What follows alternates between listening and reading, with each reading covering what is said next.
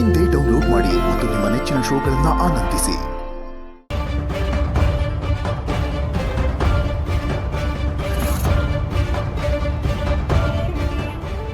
ಅಣ್ಣ, ಸ್ವಲ್ಪ ಬೇಗ ಹೋಗ್ತೀರಾ? ಸರಿ ಮೇಡಮ್.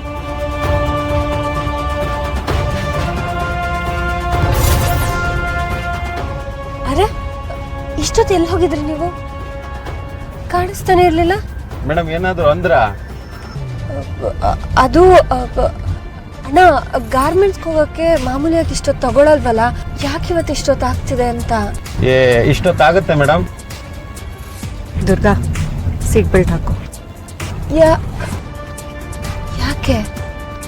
ಈ ಡ್ರೈವರ್ನ ಮಾಯಾ ಕಳಿಸಿರೋದಲ್ವಾ, ನಿನ್ನ ಸರಿಯಾದ ದಾರಿನಲ್ಲಿ ಕರ್ಕೊಂಡು ಹೋಗಬೇಡ ಅಂತ ಹೇಳಿದ್ದಾರೆ. ಅದಕ್ಕೆ ಎಲ್ಲೆಲ್ಲೋ ಹೋಗ್ತಿದ್ದಾರೆ. ಹೌದಾ?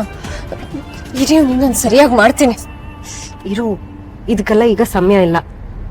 ನೀನು ಸೀಟ್ ಬೆಲ್ಟ್ ಹಾಕು ಅಷ್ಟೇ.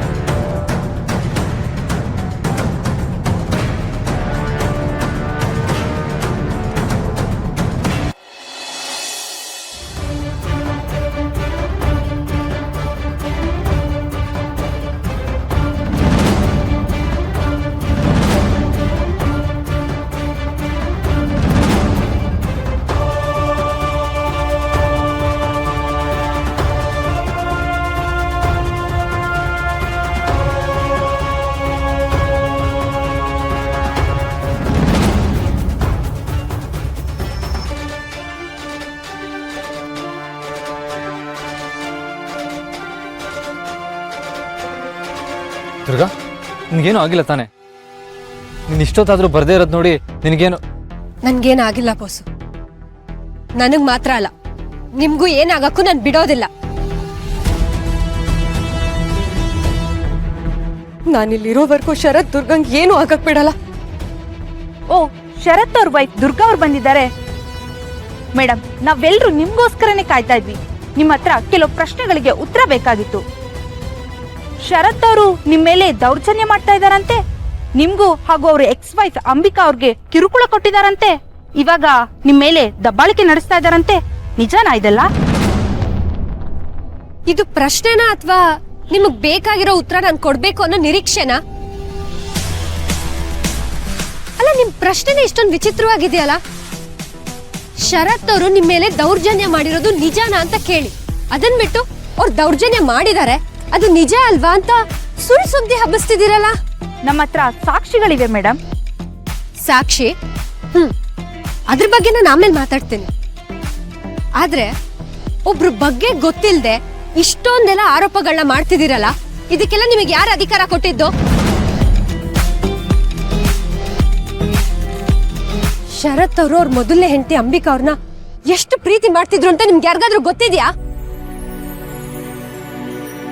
ಶರತ್ ಅವರು ಮನ್ಸ್ ಮಾಡಿದಿದ್ರೆ ಅವ್ರ ಅಂತಸ್ತಿಗೆ ತಕ್ಕನಂತ ಹುಡುಗಿನ ಮದ್ವೆ ಆಗ್ಬೋದಿತ್ತು. ಆದ್ರೆ ಅಂಬಿಕಾ ಅವರು ಅನಾಥೆ ಅಂತ ತಿಳ್ಕೊಂಡ್ರು ಅವರು ಅಂಬಿಕಾ ಅವ್ರನ್ನೇ ಮದ್ವೆ ಆದ್ರು. ಯಾಕಂದ್ರೆ ಅವರು ಅಂಬಿಕಾ ಅವ್ರನ್ನ ಮನ್ಸಾರೆ ಪ್ರೀತಿ ಮಾಡ್ತಾ ಇದ್ರು. ಅಂಬಿಕಾ ಅವ್ರನ್ನ ಕಳ್ಕೊಂಡ್ಮೇಲೆ ಅವರು ಮಾನಸಿಕವಾಗಿ ಎಷ್ಟು ಹಿಂಸೆ ಪಡ್ತಿದ್ರು ಅಂತ ನಿಮ್ಗೆ ಯಾರಿಗಾದ್ರೂ ಗೊತ್ತಿದ್ಯಾ? ನಿಮಗ್ ಗೊತ್ತಿದ್ಯಾ?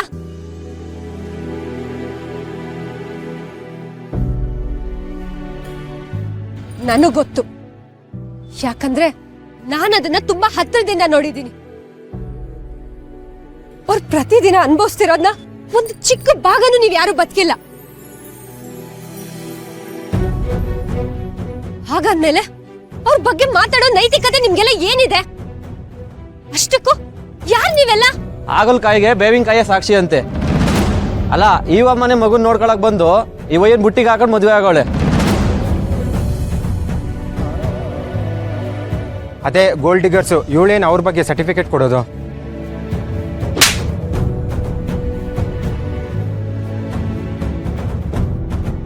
ಇಲ್ಲಿವರೆಗೂ ನನ್ನ ಬಗ್ಗೆ ಮಾತಾಡ್ತಾ ಇದ್ರಿ, ಸುಮ್ಮನಿದ್ದೆ. ದುರ್ಗಾ ಬಗ್ಗೆ ಒಂದು ಮಾತು ಕೆಟ್ಟದಾಗಿ ಮಾತಾಡಿದ್ರು ನಾನು ಸುಮ್ಮನಿರಲ್ಲ.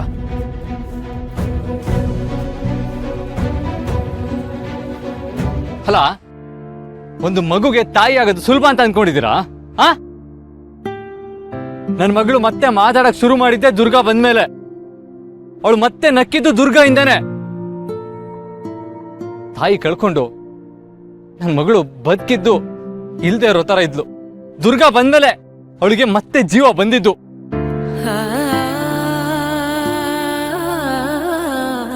ಅಲ್ಲ, ಒಂದು ಹೆಣ್ಣಿನ ಮೇಲೆ ಈ ತರ ಆಪಾದನೆ ಮಾಡ್ತಾ ಇದೀರಲ್ಲ, ಮುಂದೊಂದಿನ ನಿಮ್ಮನೇಲಿರೋ ತಾಯಿಗೋ ತಂಗಿಗೋ ಅಥವಾ ಮಗಳಿಗೋ ಯಾರಾದ್ರೂ ಈ ತರ ಆಪಾದನೆ ಮಾಡಿದ್ರೆ ನೀವೆಲ್ಲ ಸಹಿಸ್ಕೊಂಡಿರ್ತೀರಾ?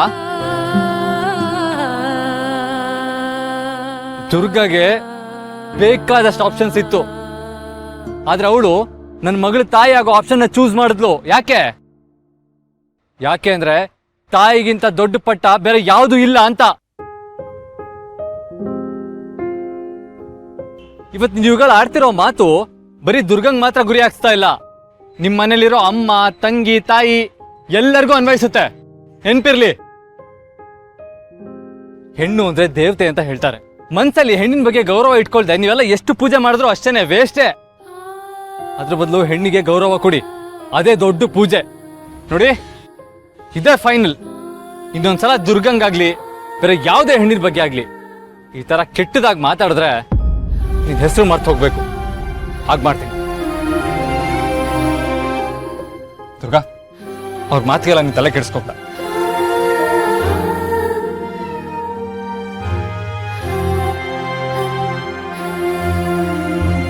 ಇಷ್ಟೆಲ್ಲ ಹೆಣ್ಣಿನ ಬಗ್ಗೆ ಗೌರವ ಇಟ್ಕೊಂಡಿರೋ ನೀವು ನಿಮ್ಮ ಹೆಂಡ್ತಿನ ಯಾಕೆ ನೀರಿಗೆ ತಳ್ಳಿದ್ರಿ? ನಮ್ಮ ಹತ್ರ ಫೋಟೋನೇ ಇದೆ. ಫೋಟೋ ಅದ್ರ ಬಗ್ಗೆ ನಾನು ಆಮೇಲೆ ಮಾತಾಡ್ತೀನಿ ಅಂತ ಹೇಳಿದೀನಲ್ಲ. ಅದಕ್ಕಿಂತ ಮುಂಚೆ ಆಗ್ಲಿಂದ ಶರತ್ ಅವರು ದೌರ್ಜನ್ಯ ಮಾಡಿರೋದ್ನ ಕಣ್ಣಾರೆ ಕಂಡಿರೋ ತರ ನೀವೆಲ್ಲ ಮಾತಾಡ್ತಿದ್ದೀರಲ್ಲ, ಅದು ಇಷ್ಟು ವರ್ಷ ಇಲ್ದೇ ಇರೋ ಆರೋಪ ಇದ್ದಕ್ಕಿದ್ದಾಗೆ ಶರತ್ ಅವ್ರ ಮೇಲೆ ಬರಕ್ಕೆ ಹೇಗ್ ಸಾಧ್ಯ? ಇನ್ನು ನೀವು ಎಷ್ಟು ವರ್ಷದಿಂದ ಶರತ್ ಅವ್ರ ಫ್ಯಾಕ್ಟ್ರಿಲಿ ಕೆಲಸ ಮಾಡ್ತಿದ್ದೀರಾ? ಯಾವತ್ತಾದ್ರೂ ಈ ಫ್ಯಾಕ್ಟ್ರಿಲಿ ಈ ತರ ನಿಮಗ್ ಅನುಭವ ಆಗಿದ್ಯಾ?